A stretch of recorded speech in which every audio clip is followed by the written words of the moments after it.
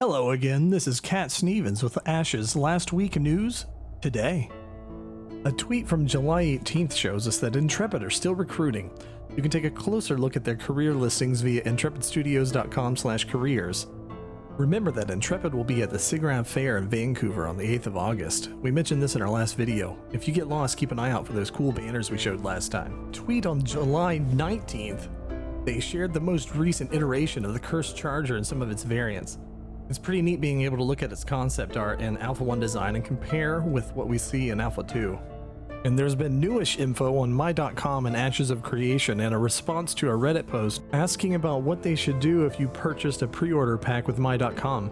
Steven provided a little bit of feedback on what is going on, and he wrote, "Unfortunately, there are some constraints that Intrepid is subject to, and we are unable to unilaterally facilitate this migration. We are working on getting this done, though, and we will of course honor the purchases made by my.com users. When there's an update on this, we will communicate it out to those my.com users affected." While on the same day, Roshan and Vaknar hosted their community hours discussion on Discord too. Hope everyone that joined in had a great time. If you couldn't make it, someone on Reddit made a nice summary of the Discord discussion, which was about world map discovery. Now, the participants had a few ideas, like having a fog roll over your map to areas you haven't visited in a certain amount of time, and leaving a person's map outdated. For example, if you visited a node and it was tier 4 last week, but it has since then been upgraded to tier 5, your map doesn't reflect this update until your map is updated. There was also talk of having a cartography artisan class that can explore and map out their world and then sell those by various means, or just having a general cartography skill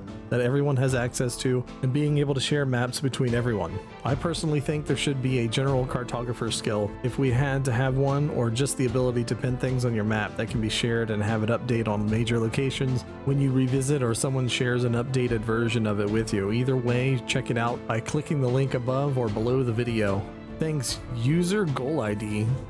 Now on to July 20th, the tweet reads, "Prior to the Harbinger apocalypse, powerful mages wielded magical artifacts with the ability to control the weather and bring terrible storms to bear upon seemingly indestructible holdfasts.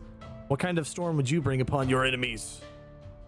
There's been some talk lately about cosmetics and if they'll be available after launch, so Steven responded saying, "Once cosmetic items rotate out of our shop, those specific items won't be available again. While there might be cosmetic items available in-game or from the cash shop in the future that are kind of similar, you won't see the Corvid Castigator costume skin offered again. For example, you will not see an achievable white version of the Corvid Castigator set in the game, but you might see its shoulder piece or its leggings or wrist piece used in another set.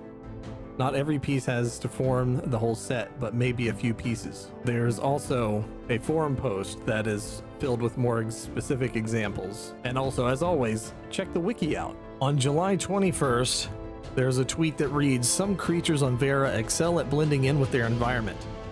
What other types of creatures would be great at hiding in plain sight? I think a chameleon dragon would be kind of scary and really good at hiding." And lastly, on July 22nd, we've got some fan art, the Fan Friday by A-Mist Games.